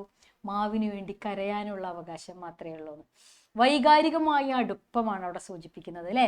ഒരു സാധനത്തിനോട് അല്ലെങ്കിൽ ഒരു വ്യക്തിയോട് എന്തിനോടായാലും നമുക്ക് പണസംബന്ധിയായ അല്ലെങ്കിൽ രേഖകളിലെല്ലാം നമുക്കുള്ള അവകാശം ഉണ്ടായിരിക്കും. പക്ഷെ ആ അവകാശത്തെക്കാൾ വലുതാണ് ഒരു വ്യക്തിയോടോ അല്ലെങ്കിൽ ഒരു സാധനത്തിനോടോ നമുക്കുള്ള നമ്മുടെ മാനസികമായ അടുപ്പം അല്ലെ. മാനസികമായ അടുപ്പമാണ് ഏറ്റവും വലുതെന്നാണ് കവി സൂചിപ്പിക്കുന്നത്. മാവ് മുറിക്കുമ്പോൾ കരയാനുള്ള അവകാശമാണ് എനിക്കുള്ളത്, അതിനെ വിറ്റ് കാശാക്കാനുള്ള അവകാശം മറ്റൊരാൾക്കാണ് എന്ന് പറഞ്ഞുകൊണ്ട് ആ മാവുമായിട്ട് മുറിച്ചു മാറ്റാനാവാത്ത ബന്ധം മനസ്സുകൊണ്ട് തനിക്കുണ്ടെന്നാണ് സൂചിപ്പിക്കുന്നത്. അടുത്തത്, വിവേചനമില്ലാതെ മരങ്ങൾ വെട്ടി നശിപ്പിക്കുന്നതിനെതിരെ പ്രകൃതി സംരക്ഷണം എന്ന വിഷയത്തിൽ ഒരു മുഖപ്രസംഗം തയ്യാറാക്കുക. മുഖപ്രസംഗം എന്നാൽ മുഖപ്രസംഗം എന്നാൽ എഡിറ്റോറിയൽ എന്നാണ് അർത്ഥം. അതായത് പത്രാധിപക്കുറിപ്പ്, പത്രത്തിൽ കാണപ്പെടുന്നത്. അപ്പൊ അതിൽ നിങ്ങൾ ശ്രദ്ധിക്കേണ്ട ഒരു കാര്യം എന്താണെന്ന് വെച്ചാൽ ഹെഡിങ് വേണം. ഹെഡിങ് എന്താ കൊടുക്കുക? ഹെഡിങ് തന്നിട്ടുണ്ടല്ലോ ഓൾറെഡി അല്ലെ, പ്രകൃതി സംരക്ഷണം. അതിനുശേഷം അതിൻ്റെ അടിയിൽ ഒരു പാരഗ്രാഫ് മുഖം എഴുതുക. ആദ്യം തന്നെ ഇൻട്രൊഡക്ഷൻ എഴുതുക. അതായത് പ്രകൃതിയും മനുഷ്യനും തമ്മിൽ മുറിച്ചു മാറ്റാനാവാത്ത ഒരു ബന്ധമുണ്ട്. പ്രകൃതിയെ സംരക്ഷിക്കേണ്ടത് മനുഷ്യന്റെ നിലനിൽപ്പിന്റെ കൂടി ആവശ്യമാണ്. പ്രകൃതി നശിച്ചാൽ മനുഷ്യൻ നിലനിൽക്കില്ല എന്ന ബോധം നമുക്ക് ഓരോരുത്തർക്കും ആവശ്യമാണ്. അതുകൊണ്ട് തന്നെ നാം നമ്മുടെ നിലനിൽപ്പിന് വേണ്ടി ഏറ്റവും ആദ്യം ചെയ്യേണ്ടത് പ്രകൃതിയെ സംരക്ഷിക്കേണ്ടതാണ്. ഇങ്ങനെ ഒരു ഇൻട്രൊഡക്ഷൻ എഴുതുക. ഓക്കെ, അതിനുശേഷം അടുത്ത പാരഗ്രാഫിൽ എഴുതേണ്ടത് ഇന്ന് നമ്മൾ സമൂഹത്തിൽ പ്രകൃതിക്കെതിരെ നമ്മൾ ചെയ്യുന്ന കാര്യങ്ങൾ എന്തൊക്കെയാണ് എന്ന് എഴുതി വെക്കുക. രണ്ടാമത്തെ പാരഗ്രാഫിൽ എന്തൊക്കെയാണെന്ന് നിങ്ങൾക്ക് അറിയുന്നുണ്ടാവും അല്ലെ. അനാവശ്യമായിട്ട് മരങ്ങൾ മുറിക്കുന്നു, അനാവശ്യമായിട്ട് മരങ്ങളെ നശിപ്പിക്കുന്നു, അതായത് മെർക്കുറിയൊക്കെ കുത്തിവെച്ച് നശിപ്പിക്കുന്നുണ്ടെന്നാണ് പറയുന്നത്. മറ്റ് ജീവജാലങ്ങളെ, പ്രകൃതിയിലുള്ള ജീവജാലങ്ങളെ നശിപ്പിക്കുന്നു. പ്ലാസ്റ്റിക് മുതലായ സാധനങ്ങൾ ഇട്ടിട്ട് നമ്മുടെ വായു നശിപ്പിക്കുന്നു, ജലം നശിപ്പിക്കുന്നു, മണ്ണ് നശിപ്പിക്കുന്നു. ഇതൊക്കെ ഏതെല്ലാം രീതിയിൽ മനുഷ്യൻ പ്രകൃതിയെ ദ്രോഹിക്കുന്നു എന്നുള്ളതാണ് അടുത്ത പാരഗ്രാഫിൽ എഴുതേണ്ടത്. ഓക്കെ, അടുത്തതായിട്ട് ഇതിനൊരു പരിഹാരം നിർദ്ദേശിക്കണം. പത്രാധിപക്കുറിപ്പ് എപ്പോഴും എങ്ങനെയാണ്? ഒരു പത്രാധിപര് നമ്മുടെ ചുറ്റും നടക്കുന്ന ഒരു വിഷയത്തെക്കുറിച്ച് ആധികാരികമായി എഴുതുന്ന കുറിപ്പാണ് പത്രാധിപക്കുറിപ്പ്. അപ്പൊ അടുത്തതായിട്ട് അതിനെക്കുറിച്ചുള്ള സ്വന്തം അഭിപ്രായവും പരിഹാരവും നിങ്ങൾ എഴുതിയിരിക്കണം. പരിഹാരം എഴുതുക കേട്ടോ. എന്തൊക്കെ പരിഹാരങ്ങൾ എഴുതുകയെന്ന് വെച്ചാൽ ആദ്യം തന്നെ ബോധവൽക്കരണം. ഓരോ മനുഷ്യനെയും പ്രകൃതി സംരക്ഷിക്കേണ്ടതിൻ്റെ ആവശ്യകതയെക്കുറിച്ച് നമ്മൾ ബോധവാന്മാരാക്കണം. കൊച്ചുകാലം ഒരു സ്കൂൾ തൊട്ട് തന്നെ ബോധവാന്മാരാക്കിയാൽ ഒരു തലമുറ ഇത് ചെയ്യില്ല എന്ന് നമുക്ക് പ്രതീക്ഷിക്കാം. അതാണ് ഒന്നാമത്തെ പരിഹാരം അല്ലെ. രണ്ടാമത്, പ്രകൃതിയെ ഇങ്ങനെ നശിപ്പിച്ചാൽ അതിനെതിരെ കർക്കശമായ നിയമ നടപടികൾ കൊണ്ടുവരണം. മരങ്ങളെ സംരക്ഷിക്കാൻ നമ്മുടെ ഗവൺമെന്റ് നിയമം തന്നെ പാസ്സാക്കണം. എന്നാൽ ഇങ്ങനെയുള്ള രീതിയിൽ നമുക്ക് പല പല നിർദ്ദേശങ്ങളും വെക്കാവുന്നതാണ്. അങ്ങനെ അത് അവസാനിപ്പിക്കാം. 3 പാരഗ്രാഫെങ്കിലും എഴുതുക. ഓക്കെ, അടുത്തത്, പുരയ്ക്ക് തീ പിടിക്കുമ്പോൾ വാഴ വെട്ടുന്നത് പോലെ. ഇവിടെ സൂചന എന്ത് ഓർമ്മയുണ്ടോ? ഏതാ പാടുന്ന? പ്രകൃതി പാഠങ്ങളിൽ അല്ലെ. ഇവിടെ സൂചന എന്താണെന്ന് വെച്ചാൽ അണക്കെട്ട് നിർമ്മാണത്തിന് വേണ്ടിയിട്ട് അണക്കെട്ട് നിർമ്മിക്കാൻ വേണ്ടി കാട്ടിൽ അണക്കെട്ട് നിർമ്മിക്കാൻ വേണ്ടിയിട്ട് ആദിവാസികളെ കുടിയിറക്കി വിടുകയാണ്. ആദിവാസികളുടെ വീടാണ് കാട് അല്ലെ. അപ്പൊ കാട്ടിലൂടെ ഒഴുകുന്ന പുഴയിൽ അണ കെട്ടുമ്പോൾ ആ പ്രദേശത്ത് നിന്നും ആദിവാസികളെ അവർക്ക് ഊരില്ലാത്തവരാക്കി അവരെ അവിടെ നിന്ന് ഇറക്കി വിടുന്നു. ഈ സമയത്ത് അപ്പൊ പുരയ്ക്ക് തീ പിടിക്കാന്ന് വെച്ചിട്ടുണ്ടെങ്കിൽ വീടിന് തീ പിടിച്ചിരിക്കുകയാണ്. ആ സമയത്ത് ഒരാൾ വന്നിട്ട് ആ പറമ്പിലുള്ള വാഴ മുഴുവൻ വെട്ടിക്കൊണ്ടുപോയാൽ എങ്ങനെ ഇരിക്കും? അതായത് ഒരാളുടെ കഷ്ടകാലത്ത് ചൂഷണം ചെയ്യാന്നാണ് അർത്ഥം. പുരയ്ക്ക് തീ പിടിക്കുമ്പോൾ വാഴ വെട്ടുകയെന്ന് വെച്ചാൽ ഒരു വലിയ കഷ്ടകാലം ദുരന്തം ഉണ്ടാവുമ്പോൾ അവിടെ നിന്ന് നമ്മൾ പോയിട്ട് നമ്മുടെ സ്വാർത്ഥത നേടിയെടുക്കുക. അതാണ് ആ പഴഞ്ചൊല്ലിന്റെ അർത്ഥം. അതാദ്യം നിങ്ങൾ എഴുതണം. ഇവിടെ സൂചിപ്പിച്ചിരിക്കുന്നത് അണ കെട്ടുമ്പോൾ ആദിവാസികളെ കൂടി ഒഴിപ്പിച്ചുകൊണ്ടിരിക്കുന്നു. അത് തന്നെ ഒരു വിഷമമുള്ള കാര്യമാണ്. അതിൻ്റെ ഇടയിൽ വന്നിട്ട് വനം കൊള്ളക്കാരെന്ത് ചെയ്യുന്നു? കാട്ടിലെ മരങ്ങൾ വെട്ടിവിറ്റ് കാശുണ്ടാക്കാൻ ശ്രമിക്കുന്നു. മനസ്സിലായോ? ഇത്തരത്തില് ഒരു ദുരന്തം നടക്കുമ്പോൾ, ആദിവാസികളെ സംബന്ധിച്ച് ഓൾറെഡി അതൊരു ദുരന്തമാണ്, അത് നടക്കുമ്പോൾ അതിൻ്റെ ഇടയിൽ നിന്ന് സ്വന്തം ലാഭം നേടാനായിട്ട് ഈ വനം കൊള്ളക്കാർ ചെയ്യുന്ന പ്രവൃത്തിയെയാണ് പുരയ്ക്ക് വാഴ വെട്ടുമ്പോൾ എന്നുള്ളത് സൂചിപ്പിക്കുന്നത് കേട്ടോ. അടുത്തത് നോക്കാം. വൈലോപ്പിള്ളി കവിതയുടെ സവിശേഷതയായി ലേഖകൻ ചൂണ്ടിക്കാണിക്കുന്നത്, പ്രധാന സവിശേഷതയായിട്ട് ചൂണ്ടിക്കാണിക്കുന്നത് മാനവികതയാണ്. അതായത് മനുഷ്യനോടുള്ള സ്നേഹം. മനുഷ്യൻ അജയനാണ്, മനുഷ്യന്റെ ശക്തിയിലുള്ള വിശ്വാസം. അപ്പോൾ സ്വാതന്ത്ര്യത്തിന് ശേഷം നമ്മുടെ പുരോഗതിക്ക് വേണ്ടി പ്രകൃതിയുടെ മുകളിൽ ചെയ്തിട്ടുള്ള എല്ലാത്തിനെയും ആദ്യം വൈലോപ്പിള്ളി ന്യായീകരിക്കുകയാണ് ചെയ്യുന്നത്. ഏത് കൊടിയ കാട്ടിലേക്കും മനുഷ്യൻ അവൻ്റെ കരുത്തുപയോഗിച്ച് കടന്നു ചെന്നു അല്ലേ? ഏത് സമുദ്രത്തിൻ്റെ ഉള്ളിലേക്കും മനുഷ്യൻ അവൻ്റെ കരുത്തുപയോഗിച്ച് കടന്നു ചെന്നു. അങ്ങനെ പ്രകൃതിയെ കുറേശ്ശെ കീഴടക്കി എല്ലാ സുഖ സൗകര്യങ്ങളും മനുഷ്യ ജീവിതത്തിന് നേടിയെടുക്കുന്ന മനുഷ്യൻ്റെ കരുത്തിനെ കുറിച്ച്, മനുഷ്യൻ്റെ നന്മയെക്കുറിച്ചൊക്കെ ആദ്യം പ്രകീർത്തിക്കുകയാണ് വൈലോപ്പിള്ളി ചെയ്യുന്നത്. പക്ഷേ പിന്നീട് മനുഷ്യന്റെ ഈ സ്വഭാവം പ്രകൃതിക്ക് നാശം വരുത്തി വെക്കുന്നത് കണ്ട് കവി വേദനിക്കുന്നുണ്ട്. കാരണം ഒരു സ്ഥലത്ത് നഗരം ഉയർന്നു വരുമ്പോൾ മറു സ്ഥലത്ത് ഗ്രാമം എച്ചിൽ പറമ്പായി മാറുകയാണ്. ഈ ഒരു അവസ്ഥയെ കണ്ട് വേദനിക്കുന്നുണ്ട് കവിയെങ്കിലും മനുഷ്യൻ ഇതൊക്കെ തിരുത്തി മുന്നേറും. മനുഷ്യൻ പ്രകൃതിയെ സംരക്ഷിച്ചുകൊണ്ട് തന്നെ മനുഷ്യൻ അജയ്യനായി തീരും എന്നൊരു പ്രത്യാശയും കൂടി കവി മുന്നോട്ട് വെക്കുന്നുണ്ട്. അടുത്തത്, കണ്ണും മൂക്കുമില്ലാത്ത മനുഷ്യന്റെ വികസനം പ്രകൃതിക്ക് വരുത്തുന്ന നാശങ്ങളെക്കുറിച്ച് ലഘു ഉപന്യാസം തയ്യാറാക്കുക. അത് നിങ്ങൾ ചെറിയ ക്ലാസ്സുകൾ തൊട്ട് സോഷ്യൽ സ്റ്റഡീസിലൊക്കെ പഠിച്ചിട്ടുണ്ടാവുമെന്ന് ഞാൻ വിചാരിക്കുകയാണ്. പ്രകൃതി എന്ന് വെച്ചാൽ എന്തൊക്കെ കൂടി ചേർന്നതാണ്? മണ്ണ്, വെള്ളം, വായു, ഈ മൂന്നും കൂടി, പിന്നെ ചുറ്റുമുള്ള ജീവജാലങ്ങൾ, മൃഗങ്ങൾ, ഇതെല്ലാം കൂടി ചേർന്നാലാണ് നമുക്ക് പ്രകൃതിയാവുക അല്ലേ? ഇതിൽ ഓരോന്നിനെയും മനുഷ്യൻ എങ്ങനെയാണ് നശിപ്പിക്കുന്നതെന്ന് അങ്ങ് എഴുതിക്കോളൂ. അപ്പൊ ശരിയാവും കേട്ടോ. വികസനം എങ്ങനെയെല്ലാം നമ്മുടെ വെള്ളത്തെ നശിപ്പിക്കുന്നു അറിയാലോ. ഫാക്ടറികളിൽ നിന്ന് ഒഴുക്കി വിടുന്നതും ഒക്കെ നിങ്ങൾക്ക് അറിയാവുന്ന കാര്യമാണ്. എങ്ങനെ വായുവിനെ നശിപ്പിക്കുന്നു അതും അറിയാം അല്ലേ? കീടനാശിനികൾ ഉപയോഗിച്ചും ഫാക്ടറികളിൽ നിന്നുള്ള പുക, വാഹനങ്ങളിൽ നിന്നുള്ള പുക മണ്ണിനെ എങ്ങനെ നശിപ്പിക്കുന്നു അതും അറിയാം. കീടനാശിനികളുടെ അമിത ഉപയോഗം, പ്ലാസ്റ്റിക് വലിച്ചെറിയൽ, ഇതൊക്കെ നമ്മുടെ മണ്ണിന്റെ വളക്കൂർ ഇല്ലാതാക്കിക്കൊണ്ടിരിക്കുകയാണ്. കാടെങ്ങനെ നശിപ്പിക്കുന്നു അറിയാലോ. കാട്ടുതീ, മനുഷ്യനുണ്ടാക്കുന്ന കാട്ടുതീയൊക്കെ ഉണ്ട് അല്ലേ? കാടില്ലാതാക്കിക്കൊണ്ടിരിക്കുകയാണ് മരങ്ങൾ മുറിച്ചിട്ട്. ചുറ്റുമുള്ള മൃഗങ്ങളെ എങ്ങനെ ഉപദ്രവിക്കുന്നു. എല്ലാ തരത്തിലുള്ള മൃഗങ്ങളും ഇപ്പോൾ ഒരുവിധം മിക്ക മൃഗങ്ങളും വംശനാശ ഭീഷണി നേരിട്ടുകൊണ്ടിരിക്കുകയാണ്, മനുഷ്യൻ അനിയന്ത്രിതമായി വേട്ടയാടിയിട്ടൊക്കെ.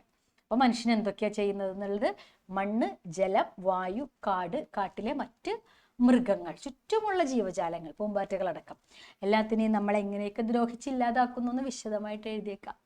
അപ്പോൾ ഒരുവിധം ക്വസ്റ്റ്യൻസ് ഒക്കെ ഡിസ്കസ് ചെയ്തിട്ടുണ്ട്.